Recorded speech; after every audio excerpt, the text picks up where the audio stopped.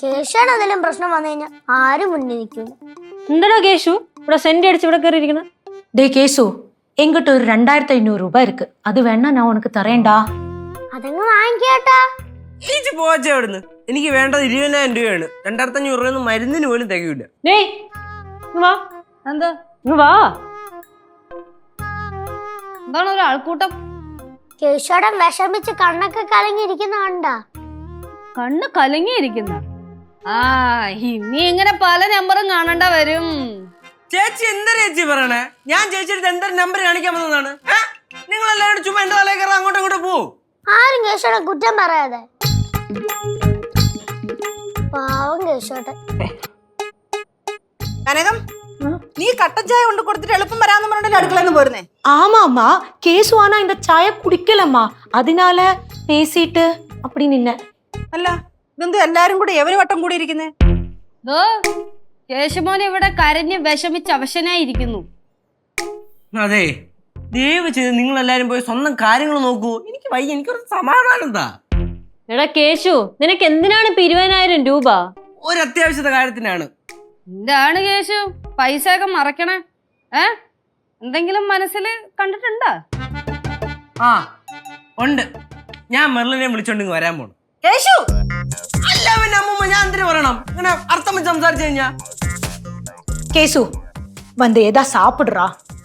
എനിക്കൊന്നും വേണ്ട. എനിക്ക് കേശുവേട്ടാ പോയി കഴിച്ചോട്ട് വാ, എന്നിട്ട് പിന്നെ നമുക്ക് പരിഹാരം ഉണ്ടാക്കാം. അതെ, കേശു പോയി കഴിക്ക്. നീ കഴിച്ചു വരുമ്പോഴത്തേക്കും പാറു 20,000 എടുത്ത് കൈ വെച്ച് തരും. ഇല്ലേ പാറു? 2000 ഉണ്ടായിരുന്നെങ്കിൽ ഞാൻ കേശുവേട്ടന് കൊടുത്തേരാം. ഇവിടെ ചിലവരുണ്ടല്ലോ. അതാണ് നീ എന്നെ നോക്കി പറയണേ? ചുമ്മാ പറഞ്ഞപ്പോ ഒന്ന് നോക്കിയതാണേ. കേശുവേ, എന്റെ കയ്യിൽ 2000 ഇരിപ്പുണ്ട്. ഇത്തിരി അത്യാവശ്യത്തിന് വെച്ചിരുന്നതാണ്. ഇനിയിപ്പോ നീ എടുത്തോ. മേടിക്ക് മേടിക്ക് മേടിക്ക്.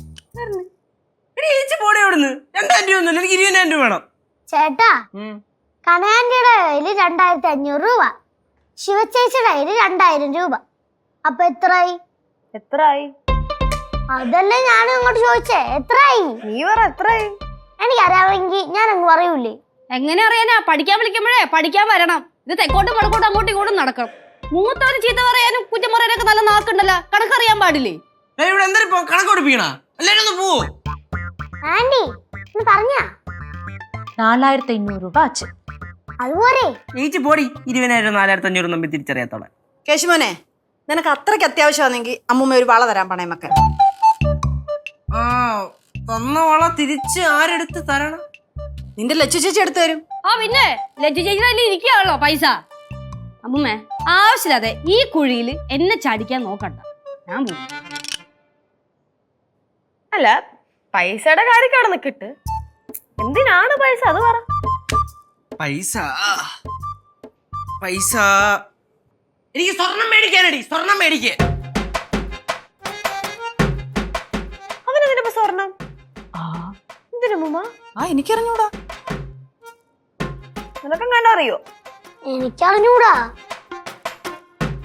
സ്വർണ്ണോ? ഫ്ലവേഴ്സ് ഒരുക്കുന്ന കാഴ്ച വസന്തം യൂട്യൂബിൽ പ്രേക്ഷകർക്ക് ലൈവായി കാണാം. ഫ്ലവേഴ്സ് കോമഡിയിൽ ജോയിൻ ചെയ്യൂ, ആസ്വദിക്കൂ.